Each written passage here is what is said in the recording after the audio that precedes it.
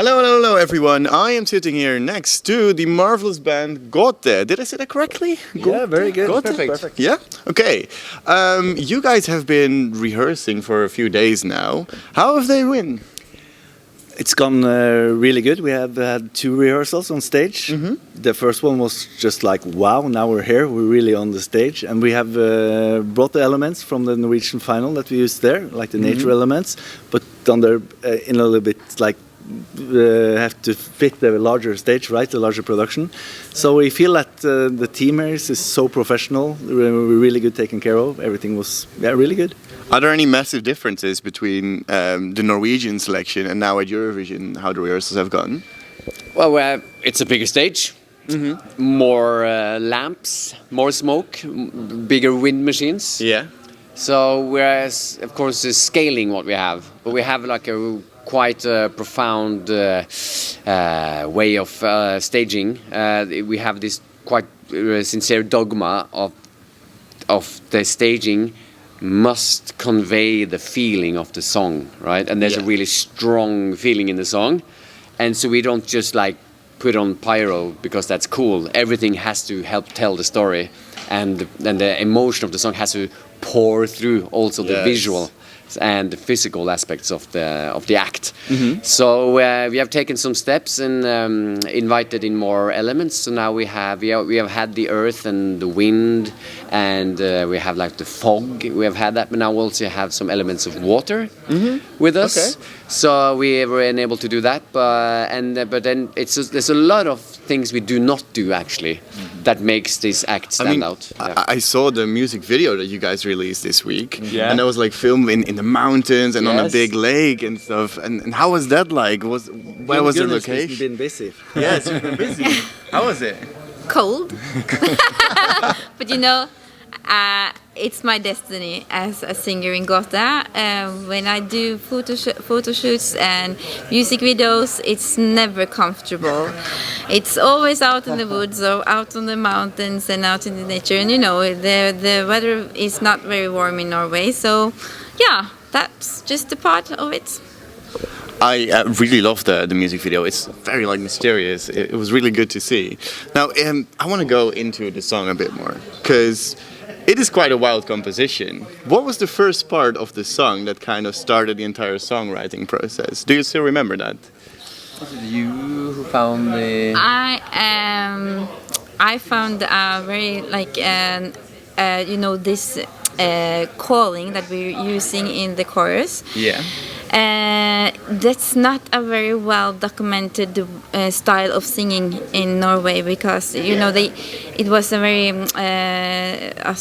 bruksmusikk. There was just like a practical way of singing. They needed to get the animals back to the farm, so they created a vocal technique that would resonate throughout the mountains, communicate to the animals, and bring them back to the farm. Yeah, and that's why also they didn't use it on stage and didn't perform with it. It was just used in the daily life, so that's why I also think it's not so very well documented. But I came over this very old calling and got very inspired of that, and then just I think that was the beginning of the whole song. And also we found this very old story behind Ulveham that's originally an old medieval ballad. The story was strong and it resonated very well with what we want to communicate and with the universe we want to be in. Yeah. And the song, usually with like rock and metal songs, there's like in the chorus massive instrumentals. You guys kind of chose to do the opposite, where it's more of a negative space and there's more silence. When did you decide that, and how did that come? Well, it's dynamics. It's just like to give more space for the energy when it comes. You have to take away something also. So yeah.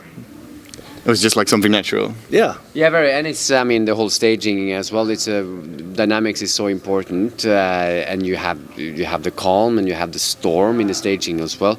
Gunhild starts, she is confined and then is liberated, which is the actual story of the verses as well. Okay. There's a story of liberation on your own terms and claiming your own freedom, not given by anyone else. So. And dynamically, then, if you want to have an impact, you have to also find the serenity and calm first. So that's what's really happening. And when things get wild, they really do get wild. But Gunhild, she's in the center, you know, and in the center of the storm, there is serenity and calm. Yes. But you see, the rest of the guys, we are flying around in the storm. I saw one of you like throw a guitar very high in the air. Who was that? Was it? That was me. That's you? Does it ever go wrong? Well, you know, we're a live band. We played lots of concerts, and we're actually going to play a European tour in December as well. Yeah, we're going to do that now. Yeah, that Eurovision opens up that for us, right? And things always get a bit crazy at our concerts. So guitars are flying, but you know, over the years you develop a technique to catch it again. So I just did it in one rehearsal, and the choreographer said, "Okay, we're keeping that. Can you do that every time?" I said, "Yeah, sure." And now it's become like a cool thing in Eurovision. But so he almost killed the drummer once. Yeah, once. Really? How? It just a guitar flew up, and it went down on the drums. But that's the only time it. Did it damage the drums? No, just the cymbals. It was okay. Okay. Just a regular day at work. It must be like a wild journey to be with you guys on tour then.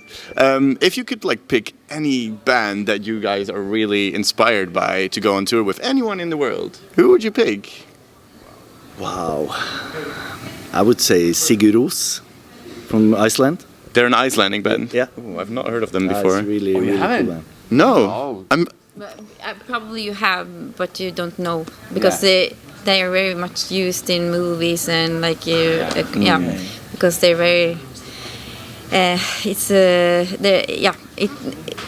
it's used on very also very emotional music. And it's music that opens up new worlds. And they sing in Icelandic, so we don't even understand the lyrics. They sing a mix. They sing a lot of things in Icelandic, then they just make their own sounds as well. But they do the same thing like that we like to do as well, just using words as sort of like magic sounds to open up. Like worlds. an instrument nearly. Yeah. So how important is it for a band like you guys to be on a Eurovision stage? Because I feel like bands are often a little underrepresented in Eurovision. How does it feel like? Well, we've been a band for over 20 years. Yeah. We've been playing a lot of concerts, and this year it really feels right. We're more mature, we have more experience, and we're together. We're powerful together. So it just feels really right this year. Okay.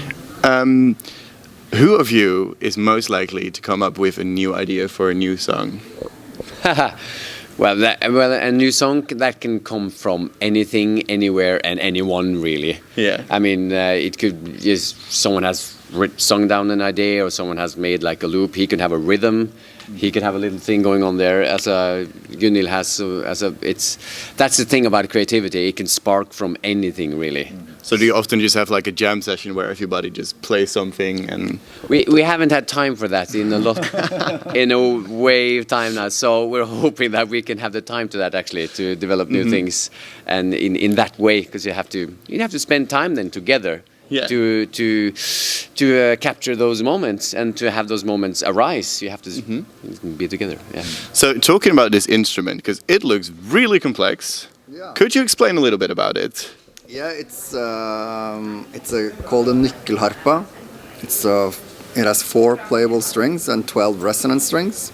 Okay. So when I play one string, one of the resonant strings starts to ring along. So Okay. when I play 2 strings, I get the sound of 4. And it sounds like this.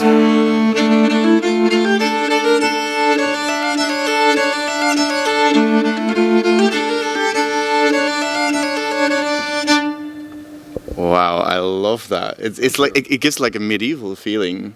It is a very old instrument. How did you get into playing it? I saw a photo of this, and then I just thought, I'm going to learn that instrument because it looks amazing.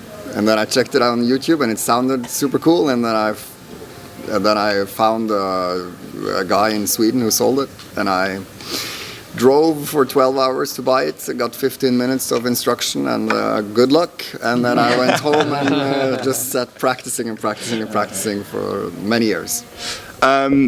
Do you guys have one more final message to our viewers and your fans at home who will be watching the semi-finals? Yeah, that is to, like we have now, come into Eurovision with no expectation, just to stay open and just really experience what's going on here. Then we will also encourage all the viewers also to just leave all expectations behind, stay open and listen with the heart, because it's important to feel things now. There's a lot of things to feel this year. And be in the moment. Thank you very much for talking to us, and good luck in the semi-finals, and vote for Denmark, everyone. Yeah. And Norway. Norway. Whoa! Whoa! That was a joke. Do not vote for Denmark. Or well, Subway is very cool, but do you know that moment where you just want to have like a bit of a gap in the ground and you want to sing through it? I can help you. I guess. Yeah. Well, it will pull you up again, and you get that. I mean, it's all right. Yeah. Vote for Norway, everyone. And, Thank you. thank you very much. That was fun. That's a fun moment. Yeah.